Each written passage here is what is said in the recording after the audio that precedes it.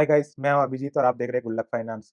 आज हम लोग डिस्कस करेंगे रिटायरमेंट प्लानिंग कैसे करते हैं, उसका प्रॉपर कैलकुलेशन देखेंगे और प्लानिंग करते टाइम किस-किस बातों का ध्यान रखना चाहिए। क्योंकि जब हम लोग प्लानिंग करते हैं, तब हम लोग काफ़ी यंग एज में इसको स्टार्ट करते हैं लेकिन जब हम रिटायर होते हैं, तब हमारा लाइफ बहुत डिफरेंट हो जाता है। इसलिए हम लोग यंग एज में बहुत सारा फैक्टर को हम लोग समझ भी नहीं पाते, जो फ्यूचर में आके वो सब चीज़ें पता चलती है। तो चलिए वीडियो को शुरू करते हैं। देखो, मार्केट में अभी 2 तरह का रिटायरमेंट का कांसेप्ट चल रहा है, एक मिनी रिटायरमेंट, एक फुल टाइम रिटायरमेंट। बहुत सारे लोग मिनी रिटायरमेंट इसलिए लेना चाहते हैं क्योंकि वो अपना लाइफ में या तो फ्रस्ट्रेट हो चुके हैं या कुछ नया चीज़ें एक्सप्लोर करना चाहते हैं। जैसे कि मान लो कॉर्पोरेट में वो काफ़ी लंबे टाइम तक जॉब कर रहे हैं, तो अब उनको लगता है कि उनको एक ब्रेक चाहिए। तो 6 मंथ के लिए वो इंडिया ट्रिप पे जाना चाहते हैं या कोई फॉरेन ट्रिप पे जाना चाहते हैं, उसके लिए 6 मंथ का वो ब्रेक चाहते हैं। या कोई अपस्किल करने के लिए सपोज़ एमबीए करना चाहता है, तो उसको 2 साल का ब्रेक चाहिए। तो इसको मिनी रिटायरमेंट कहते हैं हम लोग। तो इसका प्लानिंग थोड़ा अलग होता है और फुल टाइम रिटायरमेंट का प्लानिंग थोड़ा अलग होता है। तो इसको थोड़ा जल्दी से खत्म करते हैं। मिनी रिटायरमेंट के लिए सपोज़ आपको 1 ईयर का अगर ब्रेक चाहिए, तो 1 ईयर का ब्रेक के लिए 1 ईयर में जो भी आपका मंथली एक्सपेंसेस होता है, उसका 3 टाइम्स आपको करना है। मतलब 1 ईयर का ब्रेक के लिए 3 ईयर का मंथली एक्सपेंसेस आपको किसी एफडी या डेट फंड में जमा करके रखना है। दूसरा, आपके पास term plan and health insurance, ये 2 होना चाहिए। नहीं तो अगर आपको थोड़ा भी हेल्थ इश्यूज आ गया, तो पूरा ये रिटायरमेंट कैलकुलेशन गड़बड़ हो जाएगा। और तीसरा सबसे इंपॉर्टेंट चीज़ जो ये लोग इसको कंसीडर नहीं करते हैं कि सपोज़ अगर आप घूमना जाना चाहते हैं या एमबीए करना चाहते हैं, तो उसका कैलकुलेशन कंप्लीटली अलग रखिए। आपका अगर एमबीए का खर्चा 20 लाख है, तो ये जो आप मंथली एक्सपेंसेस के लिए जमा किए हैं, उसको 20 लाख के साथ कोलैप मत कीजिए। उसी तरह अगर हम घूमना चाहते हैं, अगर बाइक में घूमना चाहते हैं, तो आपका बाइक का जो भी एक्सपेंसेस होगा, घूमने का जो भी एक्सपेंसेस होगा, आप फ्लाइट से घूमना चाहते हैं, उसको आप खुद से कैलकुलेट कीजिए कि आपको ये जो भी एक्स्ट्रा काम के लिए आप ये रिटायरमेंट ले रहे हैं, उसका कितना एक्सपेंसेस आएगा। सो इसका रिकैप कर लेते हैं। इंश्योरेंस कंप्लीट होना चाहिए, health insurance and term plan. दूसरा, आप जो भी एक्टिविटी करना चाहते हो ये मिनी रिटायरमेंट में, वो एक्टिविटी के लिए जो भी एक्सपेंसेस होगा, वो अलग से आपको रखना है। साथ में अगर आप 1 साल का ब्रेक चाहते हो, तो 3 साल का आपको एक्सपेंसेस जमा करके रखना है। क्योंकि हो सकता है कि आप मान लो 1 साल का ब्रेक लिए और ब्रेक लेने के बाद आप जो भी चीज़ें एक्सप्लोर कर रहे हो, आपको उधर ज़्यादा मज़ा आने लगे, तो वापस हो सकता है आप बैक टू जॉब पे ना आओ। तो उस चीज़ को जब आपको एक्सप्लोर करके आप उस उधर करियर बनाने के लिए आपको हो सकता है और 1 से 2 साल टाइम लग जाए, उधर से अर्निंग करने में। इसलिए 3 साल का बैकअप लेके रखिए। अब आ जाते हैं हम लोग का main topic, full time retirement का कैलकुलेशन कैसे करें, किस-किस बातों पे इस पे ध्यान रखें। सबसे पहला, आपके ऊपर कोई बड़ा रिस्पॉन्सिबिलिटी नहीं रहना चाहिए।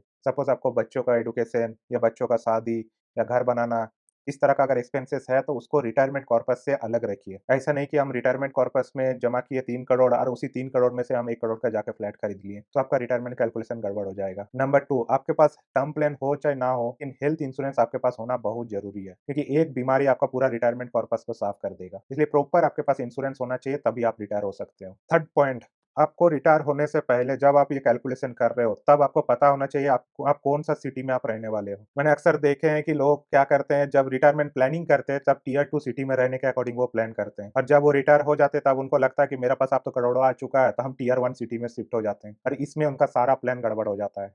क्योंकि टियर 2 सिटी में जो एक्सपेंसेस है, उसके अकॉर्डिंग अगर आप प्लान किए हैं, तो आप नेक्स्ट 30 टू 40 ईयर के लिए प्लान किए और प्रॉपरली आप कॉर्पस को मैनेज नहीं करके आप करोड़ों रुपया देख के आप टियर 1 सिटी में आ जाते हो और आपका नेक्स्ट 10 टू 15 ईयर में आपका पैसा खत्म हो जाता है। अब मेन प्रॉब्लम ये 10-15 ईयर में पैसा खत्म होने का नहीं है।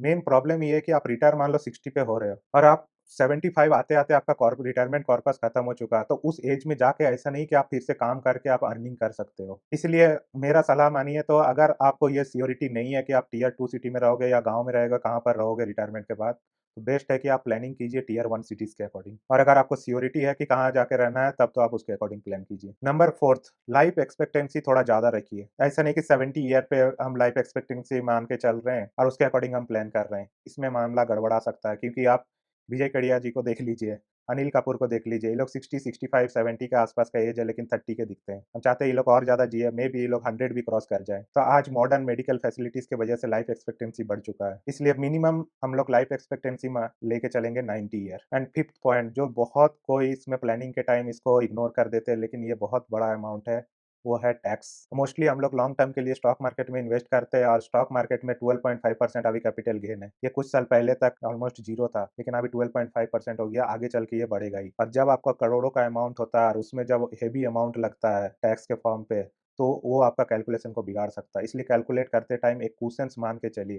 कि सपोज़ आपका 3 करोड़ का कॉर्पस आ रहा है, तो आप उसमें 1 करोड़ और एक्स्ट्रा कर लीजिए। आप समझ लिए वो गवर्नमेंट को देना है टैक्स के फॉर्म पे। और 6th पॉइंट है लाइफ़स्टाइल इन्फ्लेशन। इसको भी हम लोग बहुत कोई इग्नोर कर देते हैं।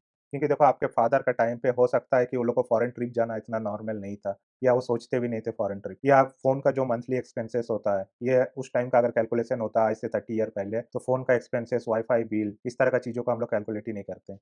लेकिन आज के लिए वो बेसिक नेसेसिटी हो चुका है। इसी तरह नेक्स्ट 30 ईयर में हो सकता है एआई, रोबोट, इस तरह का कोई चीज़ें आपका बेसिक नेसेसिटी बन जाए। रूम क्लीनिंग करने के लिए जैसे आजकल रोबोट तो आने ही लगा है। तो इस तरह का लाइफ़स्टाइल इन्फ्लेशन को भी आपको ध्यान में रखना चाहिए। जैसे टैक्स का हम लोग कैलकुलेट करिए, उसी तरह लाइफ़स्टाइल इन्फ्लेशन को भी आज आप लोग प्रेडिक्ट भी नहीं कर सकते, इसीलिए किसी कैलकुलेटर से वो कैलकुलेट नहीं हो सकता। तो उसको भी आप ध्यान में रख के थोड़ा कुशन्स लेके चलिए। तो जैसे कि आज आपका अगर मंथली एक्सपेंसेस आ रहा बेसिक चीज़ों का 30,000, तो आप उसको 35 या 40,000 लेके चलिए, तो आपका करेक्ट कैलकुलेशन बैठेगा। अब हम लोग देखेंगे कि ये 6 पॉइंट को नज़र में रखते हुए हम लोग कैलकुलेशन कैसे करेंगे रिटायरमेंट कॉर्पस को। सबसे पहले रिटायरमेंट कॉर्पस को कैलकुलेट करने के लिए 3 स्टेप में इसको डिवाइड किया मैंने। पहला स्टेप आपको मंथली एक्सपेंसेस कितना है और उस एक्सपेंसेस को आज के डेट में जितना एक्सपेंसेस है, उसको हम लोग फ्यूचर में कितना हो जाएगा, वो पहले कैलकुलेट करना है।